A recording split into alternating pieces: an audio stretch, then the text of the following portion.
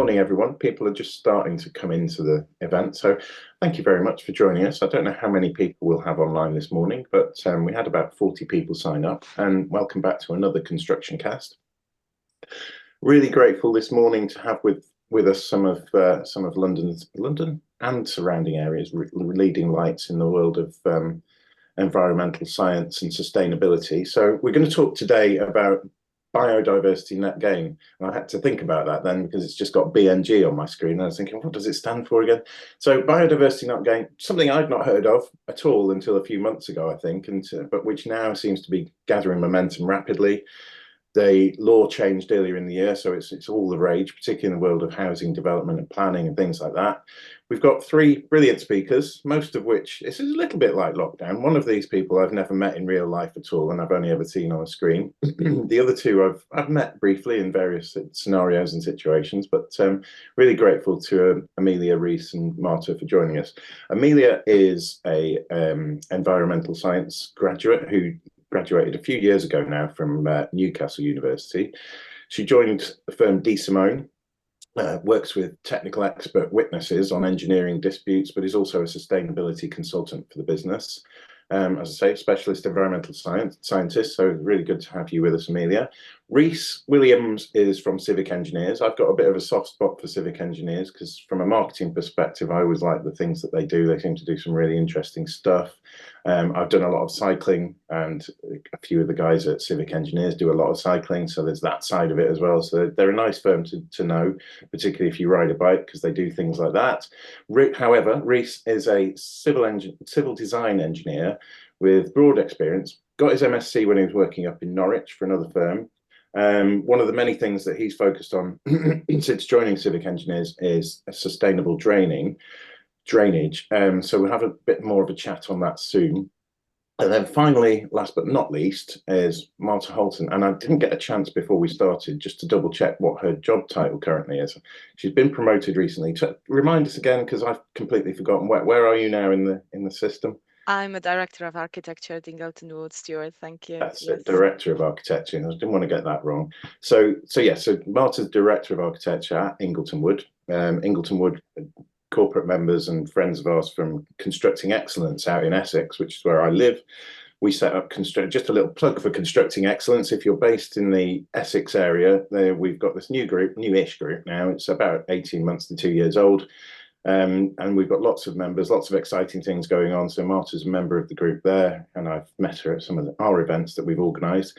17 years of experience in architecture, particularly keen on sustainability, and she's even spoken for us at Constructing Excellence on construction technology as well. So all sorts of strings to her bow. So thank you all very much for joining us. Excuse me.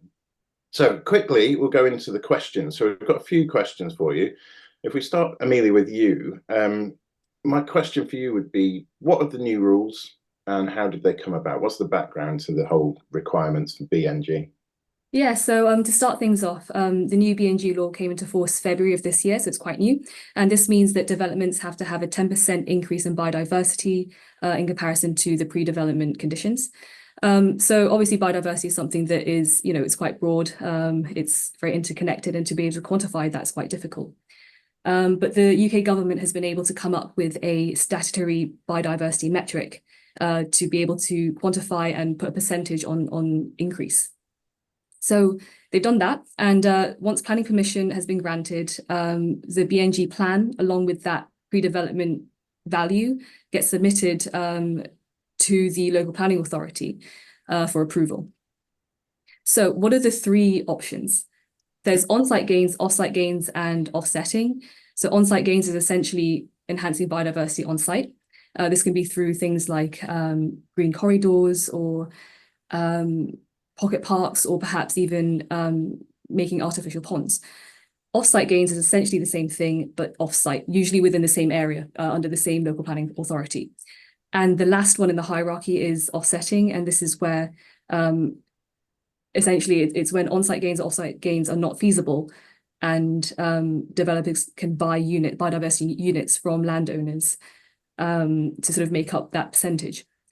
So yeah, a new market has been created, and it's also important to note that this 10% increase has to last 30 years from completion. Okay.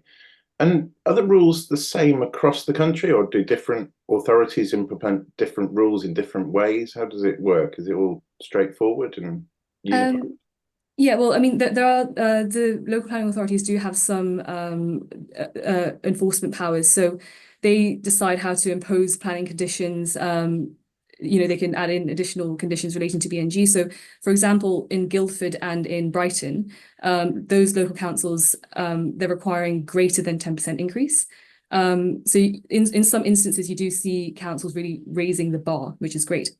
And another example would be boroughs in London, obviously it's a very urban area, they really focus on reusing brownfield land and how to increase biodiversity there. So yeah, you do see councils tailoring BNG to what makes the most sense for that area. Thank you.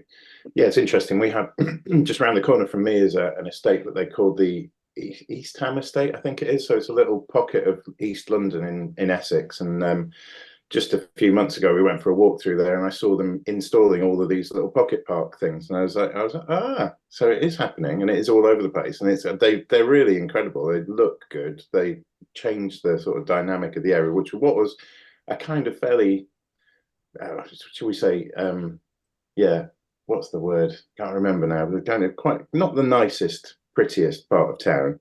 And they changed the street landscape completely into something that's actually really quite attractive, and putting all this, all the greenery and all this and the drainage stuff, and it's all there. So it's really interesting to see people doing that as it comes through. So hopefully it'll be something that increases. So Marta, for the impact from an architectural perspective, what's been the impact been like, and what resources have you had to turn to for dealing with this? Is this something you've had to learn about and pick up more information on? Where do you turn?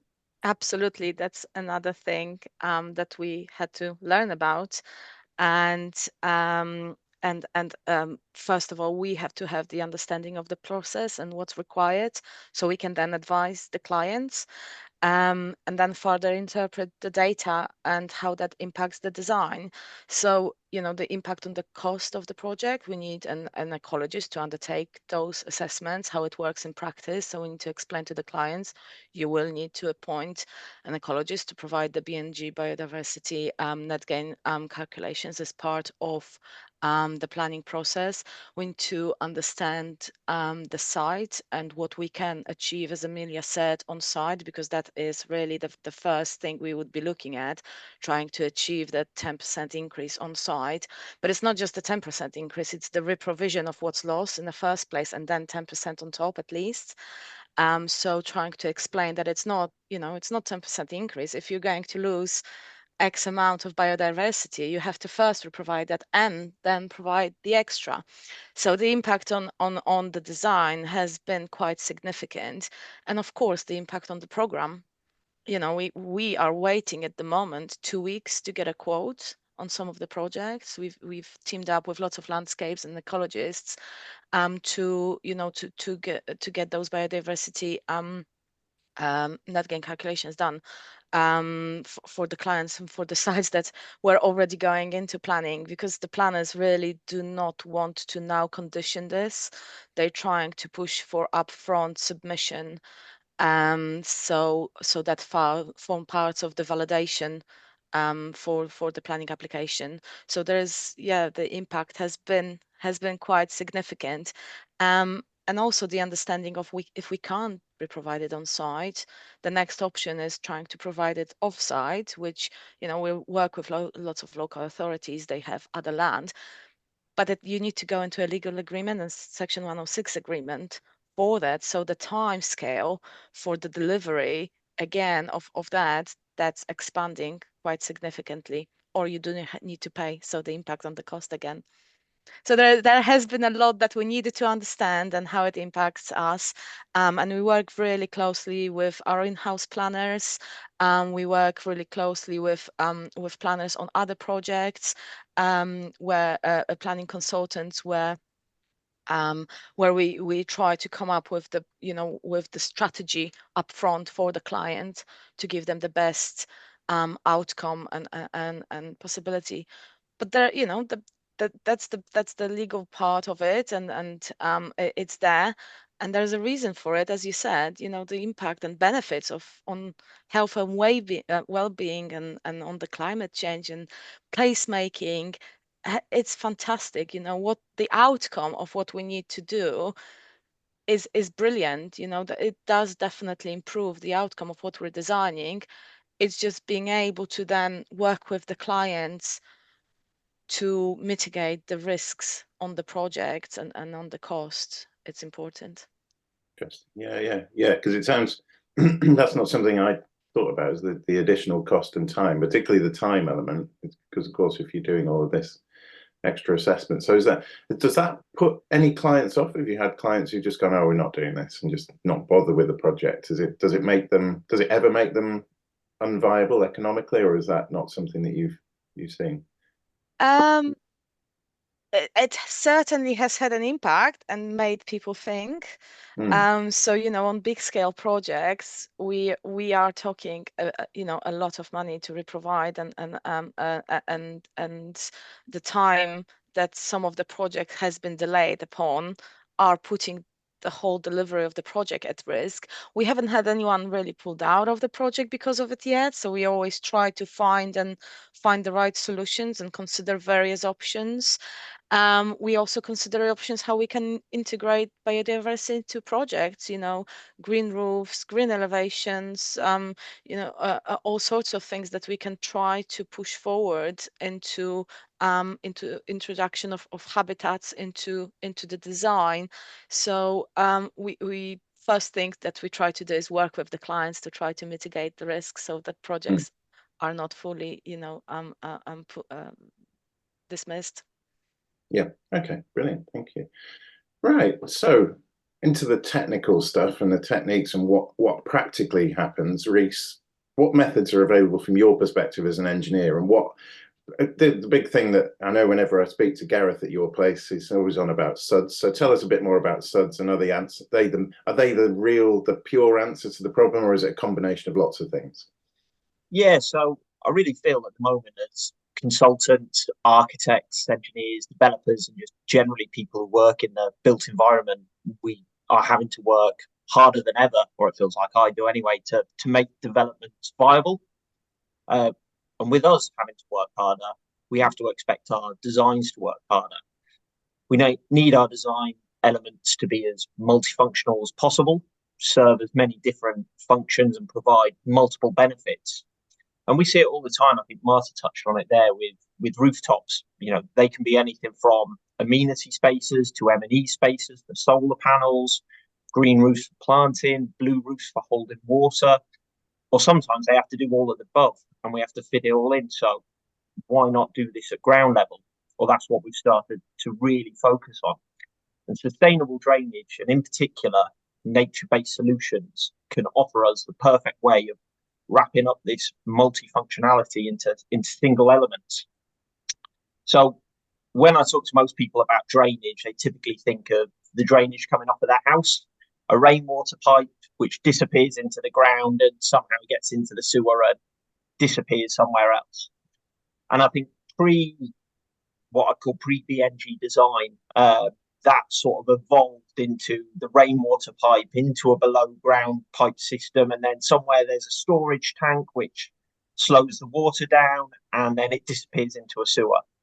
But all of those elements I've described does one thing: it just transports water and holds water. It doesn't offer any of those multifunctional, multi-beneficial elements. So when we look at designing a multifunctional drainage system, a full SUDS and nature-based solution, what we look to do is first intercept that water at high level with a green roof, then pipe it below and keep that water on top in above ground swales, so creating the water, creating the habitats, and then discharging into wetlands and ponds before it then discharges into a sewer or the actual watercourse. And you can see all of them throughout offer those multi-benefits. The green roofs provide biodiversity, urban cooling. They intercept the water at high levels, sometimes take that water out and improve the water quality. The swales, which tend to be a fancy term for ditches, urban ditches, improving biodiversity, amenity. You can create great play features. I don't know if you've ever walked along with children and had to tell them to stop jumping in puddles. You know, something we all love. As a drainage engineer, I also love jumping in puddles.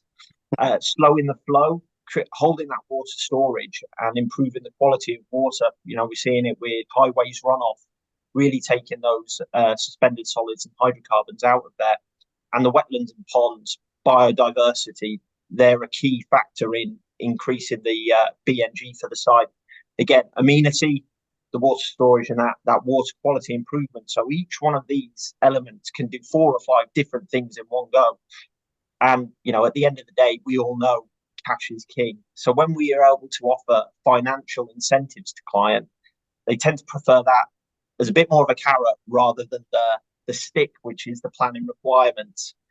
So for a swale, for instance, within that, we can offer that basically incorporates drainage pipes, drainage manholes, drainage storage tanks, provides green spaces, animal habitats, landscape features, and all of that money. With one feature, you can suck in multiple pots of money and help the client to save money and make that project work harder. So, in terms of a bit of a recent project we've worked on, we've looked at really simple a car park where we're taking up green space within a school to help pedestrianise the centre of the school, keep the cars on the outside, make it safer, make it greener on the centre for the kids. And what was required was a series of drainage swales surrounding the car park, not only to convey the water, but to meet the 10% BNG requirements. A car park, fundamentally big, great space, but how do we actually improve that? And the swale scenario we did with the sustainable drainage, we were able to help them meet the BNG targets, but also allow the emission of 200 meters of pipe work and 75 cubic meters of below ground storage tank, and that amounted to a cost saving of £50,000 while also helping to meet that BNG target. So we're also giving as we take, and really I amount this to something like anything, sort of like a good diet, lots of exercise, reading in your spare time. They require us not to take the easy option. And they require us to work harder, sometimes put ourselves under a bit more pressure, but at the end of the day, achieve those better results. And the saying goes, if we do the same old thing, pipes into sewers, into tanks, into sewers, we get the same old results. So subs is not always the 100% silver bullet, but it's certainly a really good tool to have in our armory. That's brilliant. Thank you. That's real insight there, because I hadn't realised just how much is involved and how beneficial they can and all the different things that you can do with it. Great, thank you. So greenwashing is everyone's favorite buzzword. Is this so the BNG credits thing, which when Amelia wrote a little article for us recently, she came up with this the BNG credits thing, which I thought was fascinating. I've heard of carbon credits, but I didn't realize you can use credits to deal with this. Is it a good thing, do we think, or is there a greenwashing element to the kind of, could it lead to people sort of kind of cheating the system, do we think? How does it, what's the implication of the credits? Amelia, do you want to start, and then if anyone else wants to add anything in, perhaps? Yeah, I think manipulating the metrics is definitely an issue. Things like reducing the biodiversity value of a site before you take the pre-development condition assessment. That's something that could happen. But I think actually more importantly, I think enforcement might be a problem. I don't know if there's enough enforcement from the local authority, resulting in perhaps more opportunities for greenwashing to occur. And additionally, I don't know if this is exactly greenwashing, but it's something that doesn't quite hit sustainability on the head for me. And that's the offsetting option out of the 3, so the last one in the hierarchy. If offsetting wasn't embedded in UK law, it's essentially a method that doesn't actually achieve sustainable development. So is it just compensating for impact instead of preventing impact? It's food for thought. Because as I understand it, and I could be wrong because I know nothing about these things, but you can have a development where they've gone further than is necessary. There are credits on that development, and then another development can do less than is necessary by offsetting against the other development. Is that right? Is that how it works? Yeah. Yeah. How about Marta and Rhys? Have you got any thoughts on the kind of that side of it, the kind of the potential for not whether it's greenwashing or not achieving what's required? What do you think? Have you got any thoughts on that at all? I think so. It's important that there is an option to be able to offset, because we work on so many projects where just the delivery on site might not be possible. It purely isn't. It's the dense site. It's a town location or other locations, and so being able to offset the credits somewhere else is important. But I do agree with Amelia. It's going to be interesting to see how that is actually enforced. Because when you do go into a legal agreement, you try to offset it onto another side.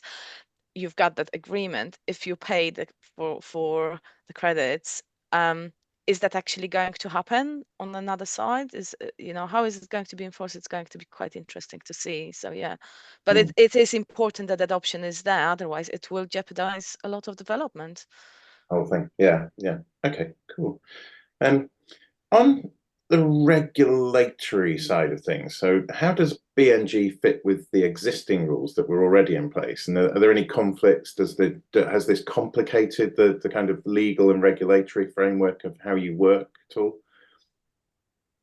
And I think this was directed originally in my plan at Amelia, but I don't know if anyone else wants to step in and say, are there existing rules that conflict with the new rules for BNG? Well, yeah, there's already a few existing environmental payments or nature markets the UK government has implemented throughout the years. So in terms of nutrient credits, so nutrient mitigation makes sure that a new development does not add nutrient loads into water bodies. So along with BNG, there's definitely some potential for double counting and overlap there. However, looking on the UK government website, the term credit stacking, and that is essentially where credits from different nature markets are sold separately for the same activity, is allowed. That was it, credit stacking. Yes, I remember. I knew there was a term for it. Okay, cool. So that's a concern perhaps as well. Is that something that you guys have come across, Rhys and Marta, at all? Is credit stacking something you've been involved with or seen? Or not quite yet. I think we've got a couple of residential developments Norfolk in Norfolk that obviously that impacts more because that's where that double counting can potentially occur. Yeah, I think another thing that we are coming across as well is how achieving the credits when they're split into 3 types is going to be interesting, because not many people know that there is different types of achieving the units as well, and where you think, oh, it's just a 10% increase plus reprovision. It's not. It's when you go then to drill into what that reprovision needs to be and how it's achievable in different 3 types of the river units, habitat and hedgerow units. It's in practice, it's becoming a real challenge. So we're still training ourselves and working, as I said, really closely with landscape and ecologists, landscape architects and ecologists, how we can actually deliver this. Yeah. And in terms of the training side of things, where do you turn? Is there other resources out there that you go to for education and learning and things like that, or are you kind of having to learn as you go, or? Both. So there is a lot of information that has been released by the government. So on the gov.uk sites, there is lots of guidance that we just had to literally sit down and read and understand. And then we're quite lucky because we have also the planners in-house, planning consultants. So we do exchange quite a lot of knowledge and practical knowledge in between ourselves. And I guess, yeah, as a firm like yourselves, you've got lots of people and lots of different expertise and lots of things you can draw upon, isn't it? It might be challenging for a smaller firm, perhaps. Interesting. Okay. Right. Finally, so we're just running up to the end. I'm always amazed that this time seems to just disappear so quickly. We have half an hour and it just vanishes. So, but very quickly, a kind of quick fire question, good or bad, and why? Let's start with Rhys, because we've not heard from you for a few minutes. So Rhys, is it all good? Is it all or a terrible idea, and why? I'll play a bit of devil's advocate here with I've got my subs evangelist head on, and then I've also got the developer side head on, and looking at the political landscape where we've got to build more houses essentially, and the slogan was cut the red tape. Do we think another item to hit, such as BNG, we've got nutrient neutrality, you've got the Building Safety Act coming in, you've got HRB, high risk buildings. This is essentially going the other way to making it easier to build. And should we be taking these elements out of planning and making it life easier to build? So with putting my sub evangelist aside, I'd say it's bad. It's making development harder. Yeah. Okay, cool. Amelia, your thoughts? Well, I think measuring something as broad, diverse, complicated, and interconnected as biodiversity is difficult and difficult to quantify. So I think that the BNG law does make a good attempt, but there are definitely some areas to tweak. And I think because it's a new law, I can imagine we will see improvements to it in the future. Cool, thank you. Marta? As an architect, I strongly support the benefits of it that we will see in due course, and the impact it does have at the end product and what we design and what we provide as an environment, and the drive for the climate change as well, and biodiversity and green areas and impact on people. That's definitely the good, the health, the well-being, the placemaking. That's good. The bad stuff is how obviously quickly we need to adapt as an industry, and make it all happen, and what impact that is going to have on all of our day-to-day, and has already have on all our day-to-day work and the clients. And as you said, jeopardizing some of the development as well, really needed development. Yeah, interesting. So there's a mix of views and a mix of perspectives there, so that's nice. We have a question. There's one question in there, and this is an interesting one that has come up, I think, either when I've been reading about it or when we've been talking about it. There's a question that we hear going around: if there's a site with zero biodiversity at the moment, so an urban site with no external areas surrounded by streets and roads, I mean, I presume the answer is very easily, but how would the 10% gain be measured, or is it not easy? It's very easy. It doesn't apply. Oh, really? So if there is no loss, it doesn't apply. So there is a rule, and I believe there's a 25 either square meter, I believe as well, a rule under that does, then the regulation doesn't apply. So you do not need to go through the process. Excellent. Okay. Well, so it's it kicks in when there is a loss of biodiversity. Only when there's loss in the first place. Yeah, that makes sense. Oh, here we are. Somebody else has asked a question, so that's nice. Is there a way of costing BNG at viability stage, such as a percentage uplift against external cost? Does anyone want to take that one?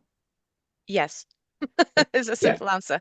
There is definitely a way of quantifying that. Okay. Brilliant. And so, yeah, and the people to answer that question, if you have that question, you're stuck with it on a development you're working on, is to get hold of Ingleton Wood and get them to work for you. Is that the idea? We will be more than happy. Okay, brilliant. Right. Well, if you didn't catch all of this, I know some people have joined partway through. If you didn't catch it all and you want to see the beginning again, it'll be on YouTube shortly. We usually put them up as a podcast as well. So provided all the speakers are happy with that, we'll do that. So look out for that. The next ConstructionCast, I suspect, will probably be sometime in the middle of October, with Annie running something a little bit more back to what we quite often do, the kind of legal stuff, because we've got an event coming up in Dubai in a few months' time. So it'll probably be something to do with that. But Annie will drop you an email all about that in due course. Thank you very much indeed this morning to Rhys, Amelia, and to Marta. That's a brilliant discussion. I found that fascinating. So yeah, thank you for your time. Thank you for preparing all the questions and all of that sort of stuff. And yeah, we'll see you all again soon. Thank you very much. Thank you. Thank you. Bye-bye. Thank you. Bye.